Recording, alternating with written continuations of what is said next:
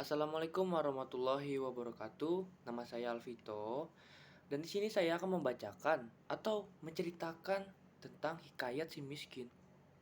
Nah, eh, mari awal-awal kita mencari tahu apa itu hikayat. Hikayat adalah salah satu bentuk karya sastra, terutama dalam bahasa Melayu, yang berisikan tentang kisah, cerita, dan dongeng, umumnya mengisahkan tentang kehebatan maupun kepahlawanan seseorang, lengkap dengan keanehan, kesaktian, serta mukjizat tokoh utama. Baik, di sini salah satu contoh atau judul yang saya akan bacakan yaitu Hikayat si Miskin. Suatu hari, sepasang suami istri yang dikutuk menjadi miskin melahirkan seorang anak yang bernama Marakarma. Sejak anak itu lahir, keduanya pun mulai hidup berkecukupan. Tapi, suatu saat seorang ahli nujum meramalkan bahwa Marakarma akan membawa sial bagi keluarganya. Ayah Murakarma pun meyakini hal tersebut dan sang anak pun dibuang ke suatu tempat.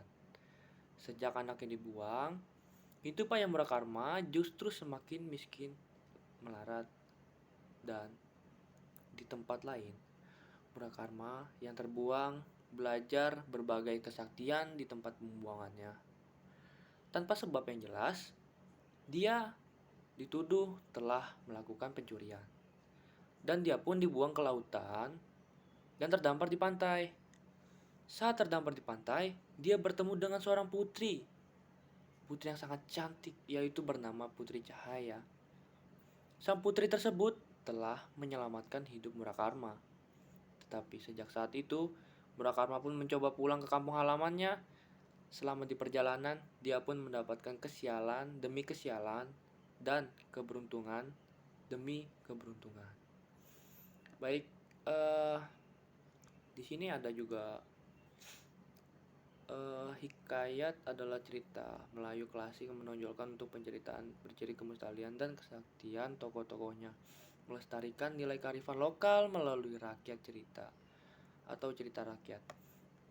Ekstrinsik contoh teks hikayat, hikayat si miskin, hikayat Malin Dewa. Nah, ini itu contoh-contoh yang lain ya selain hikayat si miskin. Ada hikayat Malin Dewa, hikayat Indra Bangsawan, hikayat Hang Tuah, hikayat Pandawa Jaya, hikayat 1001 Malam.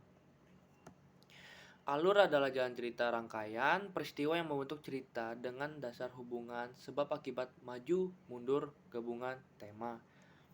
Dan tema adalah pokok pikiran yang dipakai sebagai dasar pengarang dan ide pokok permasalahan. Ya, mungkin itu saja yang bisa saya jelaskan. Oh, ada satu lagi ternyata. Hikayat itu berfungsi untuk menjadi pembangkit, penghibur, dan pelipur lara, dan juga sebagai salah satu rangkaian untuk meramaikan sebuah acara atau pesta. Nah, ya itu cerita mungkin untuk meramaikan di suatu acara gitu. Dan ada lagi ternyata cerita rakyat, yaitu cerita rakyat adalah cerita yang tumbuh di suatu masyarakat dan tumbuh berkembang dalam masyarakat tersebut. Cerita rakyat juga sering disebut sebagai cerita warisan nenek moyang. Ya, ada juga ciri-ciri dan unsur. Saya akan bacakan sedikit saja ya.